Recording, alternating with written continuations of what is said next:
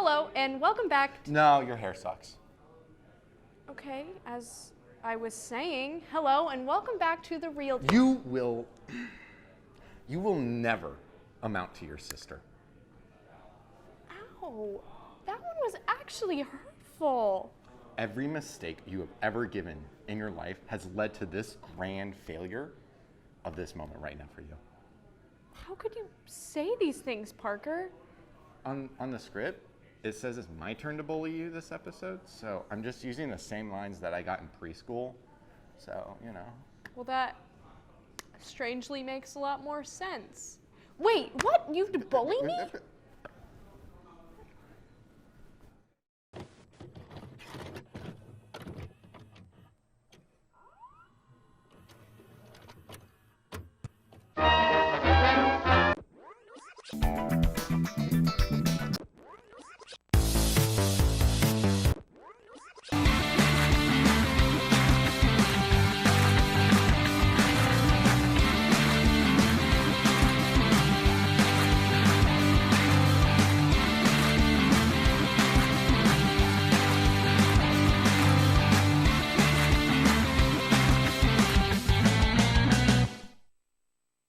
Hello, and welcome back to The Real Deal, Ball State's premier entertainment news show. I'm your host, Parker Carlson. And I'm Abby Perry. This week, we've got to address the elephant in the room.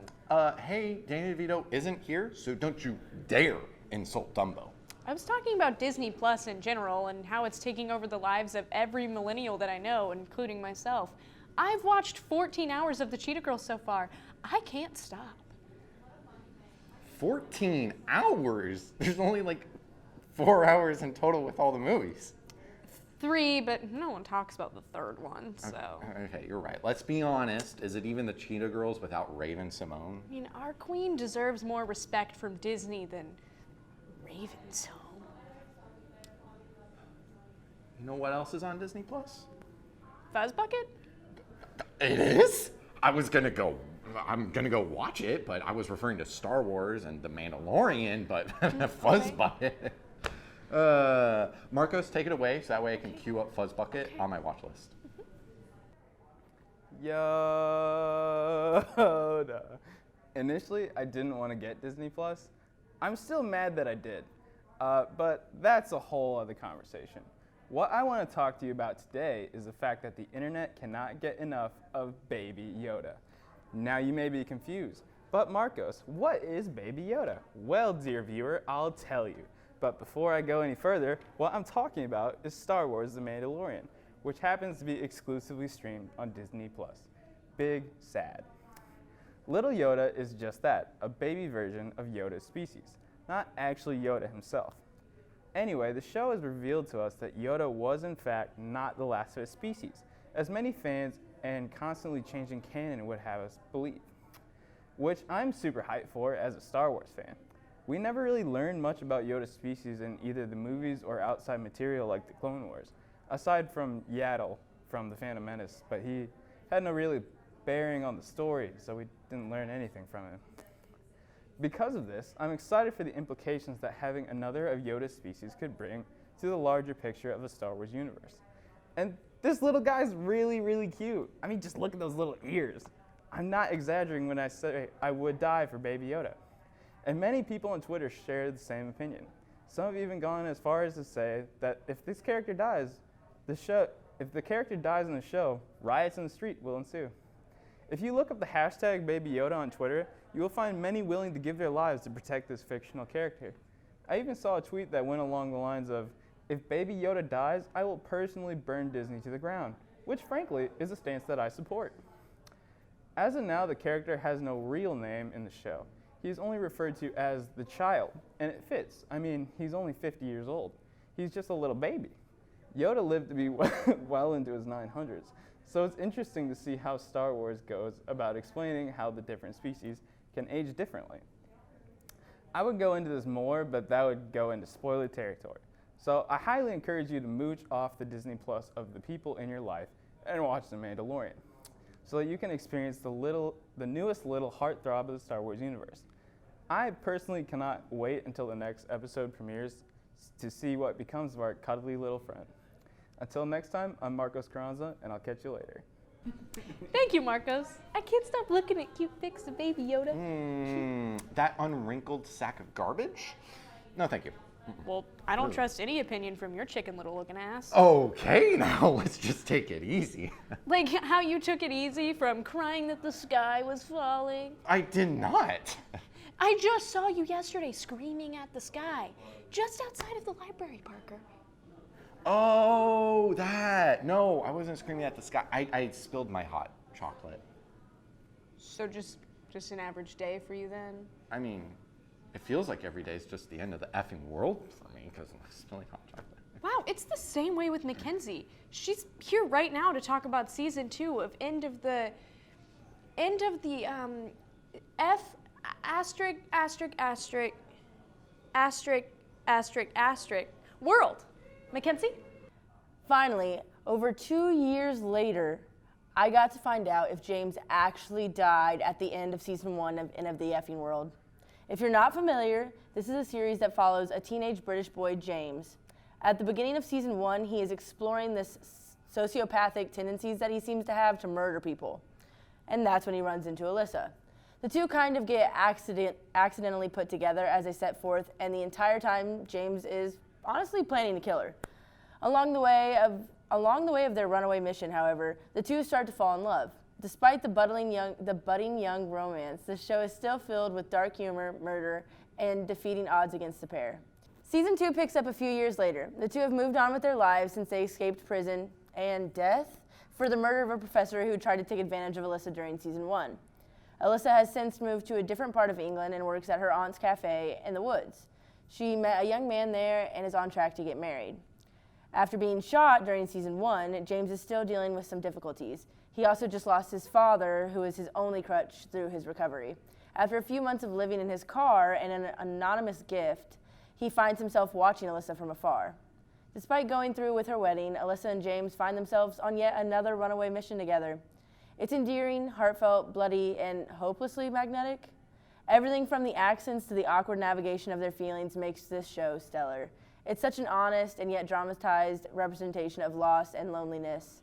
I binged the whole second season in one night. I can't recommend this series enough. Until next time, y'all, thanks for listening. I'm Mackenzie Diggs. Your segment was so good, Mackenzie, that it really was the end of my world to hear you stop. Oh, shut up, Parker. No, like I can actually feel it. Like the whole world is just about to fade away. And What are you going on about this time? it's like everything we know is just a digital construct within the confines of a computer simulation, and everything that we have is just free will going off until the end of entertainment for. There, it just happened. Oh my God, it just happened. Holy crap, you're right. It's like everything went black and we were stuck watching a minute and a half of movie trailers. Oh, weird vibes, Parker. Oh, okay. We need someone to give us a vibe check and set us straight. All right, Okay, we're gonna okay. call in the big guns here at Real Deal. Okay. Who are we gonna call, Abby? Ghostbusters. I was gonna say Ben, but if you actually have their number. Say no more. Hey, Bill Murray. Yeah, it's me again. Yeah, I'm still here with this loser. Yeah. No, he spells his name with a P. Yeah, like that dummy name, Parker. Yeah, he's a freaking nerd, huh? Anyways, we still on to go golfing next Thursday in Phoenix? Yeah, okay. All right, I'll see you then, bud. Tell him I said hi. Oh, sorry, I hung up. Sorry.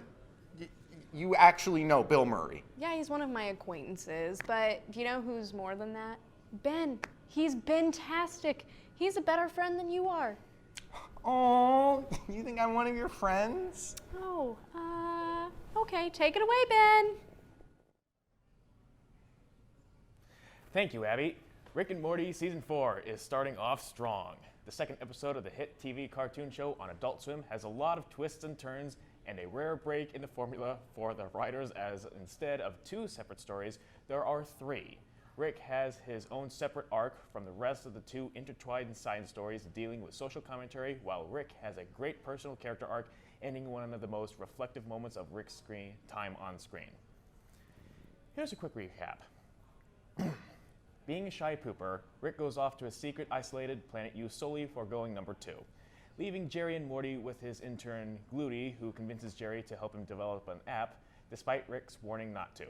Together, they create Love Finders. And yes, there are t-shirts for this made-up app online right now. An app that precisely connects people with their soulmate. When Rick discovers that somebody else has used his special toilet, he gathers all of the evidence and determines that someone ate a sandwich and the person who ordered said sandwich is the culprit. Seconds after Love Finders is launched, people both married and single immediately start pairing off with soulmates. Much to Beth's anger, Summer immediately matched with a burnout named Danny and runs off with him. So Morty demands Gluty take them to his mothership to shut the servers down. Once there, the leader of the Monagatrons say they have mastered the science of committed relationships and are using the app to distract humanity as they steal all of Earth's water. Right after getting over Danny, Summer matches up with another person and runs off to be with him. Rick finds the culprit, a sad widower named Tony, who also claims to be a shy pooper. Upon hearing this, Rick lets him off with just a warning. But just as Rick is celebrating having the toilet planet all to himself again, Tony comes back and says that as shy poopers, they're both just asking for permission to live. Rick and a giant Rick robot sits on Tony, sending him into a simulation of heaven where everybody poops wherever they want, but Tony breaks from the simulation and Rick warns him one last time. Tony responds by saying that they're going to be good friends, but Rick, being Rick, disagrees.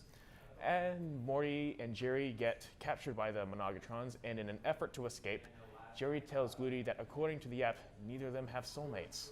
Gluty lets them free and decides to put a paywall on the app, making everyone on Earth to decide to delete it from their phones. Rick tries to drop off some supplies for Tony, trying to give Tony diarrhea, clearly intending to bait him to trying to use the private toilet again. But Rick discovers that Tony died skiing down Mount Space Everest. Meanwhile, Summer gets swept away by soulmate after soulmate until Beth swoops in to stop her by force. Summer recognizes the paywall, deletes the app, thus thwarting the alien takeover of Earth's water supply and stopping Summer's string of hookups. After attending Tony's funeral, Rick sadly sits down on his toilet throne where he becomes the victim of a toilet trap he initially set for Tony. A series of holograms of Rick heckle him for being lonely and intolerable to be around.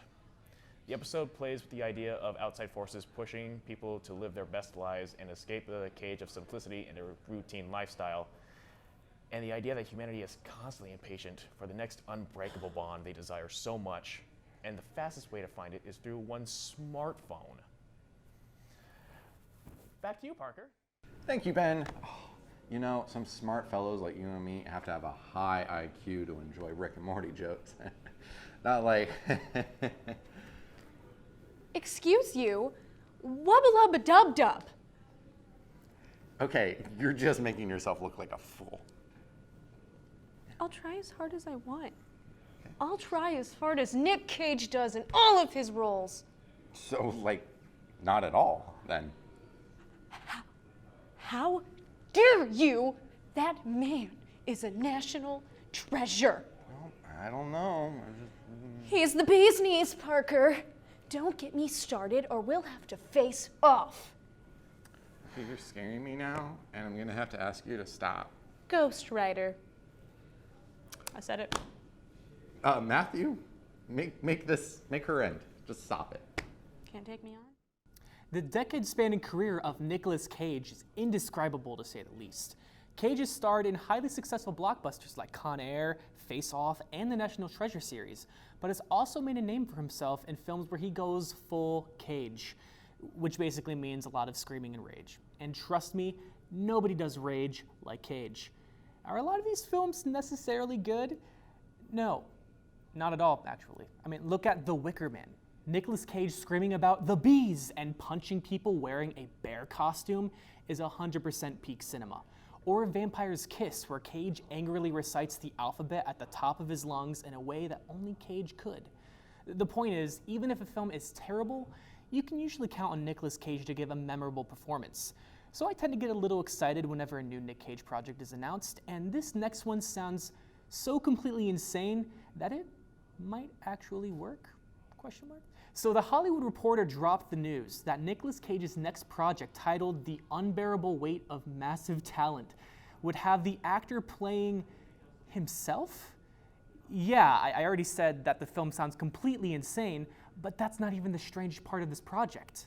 The film will find Cage striving to land a role in the next Tarantino film, trying to repair his relationship with his daughter, and also talking to a 1990s egotistical version of himself.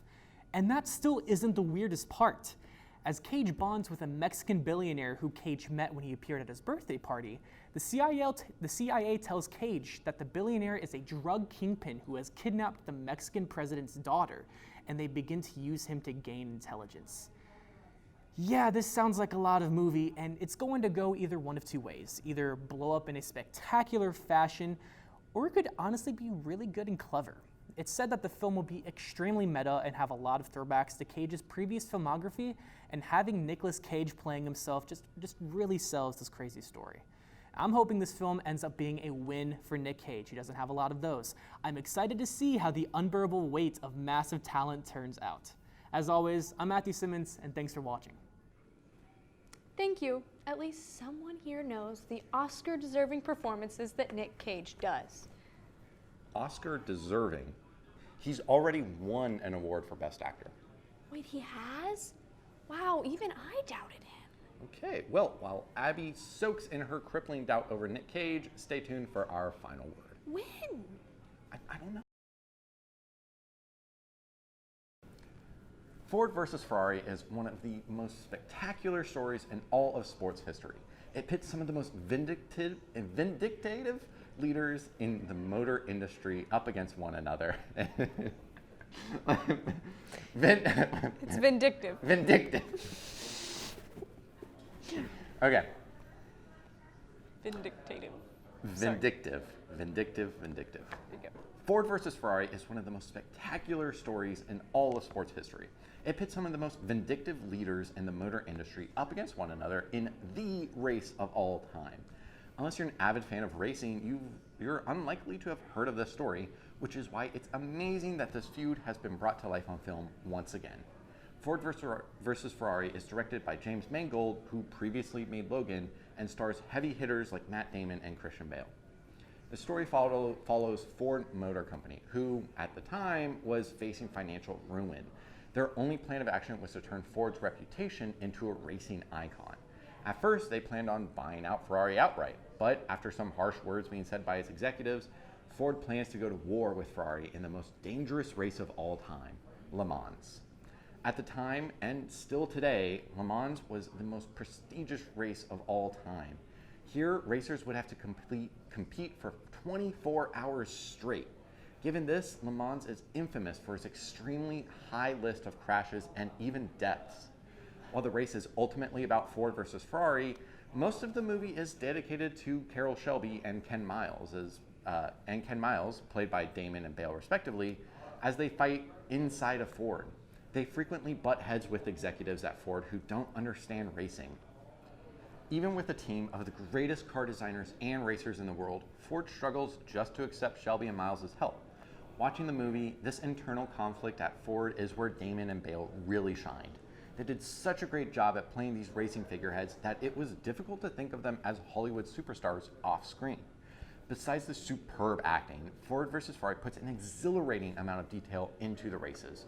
Every gear change is felt in your chest. The ever-climbing revs pull your breath away, and you drive further and further to the edge of your seat. Racing has never felt this immersive in a movie before. Outside of the track, things begin to slow down. At 2.5 hours long, Ford versus Ferrari can have pretty slow pacing at times, which is ironic considering the 200+ speeds that they frequently go to in their cars. A couple of genuinely funny moments get sprinkled in here and there, which help bridge the gap between races, but it's not always enough. However, this is all really felt while watching the movie. After the end, every emotional beat feels deserved because they brought these unbelievable titans of industry down to us. Looking back after the movie is over, the slow parts of Ford versus Ferrari do feel necessary, even if they can be a bit of a chore to go through.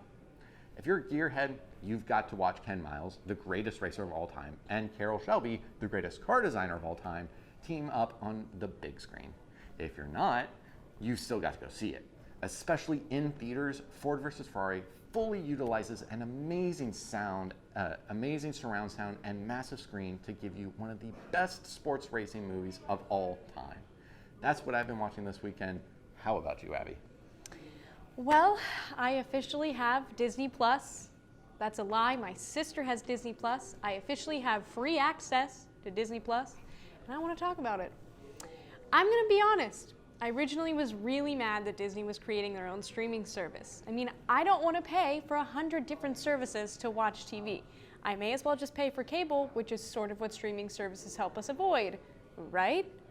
I don't know. I'm no longer angry though. If for some reason my sister tells me that I can't use her account anymore, I'll probably pay for my own. And that's a bold statement. That's how much I love it so far. Every Disney Channel original movie in creation is on this site. That's right, even the true classics like Double Team and Xenon. Even movies I forgot existed, like Don't Look Under the Bed. I'm lying. I never forgot about that movie. Why is that movie for children? I had nightmares for years because of that movie. That's not the point. The point is that they are all there. Oh, and that's not even all. Every Disney Channel show is on there too. I spent the last week watching Hannah Montana and That's So Raven. And you already know I've been watching the Cheetah Girls. And listen, I know I've spent the last few weeks being angry about remakes, but we're talking about the originals here. I don't have to watch Raven's Home to remember one of my favorite childhood shows. I can just watch it now.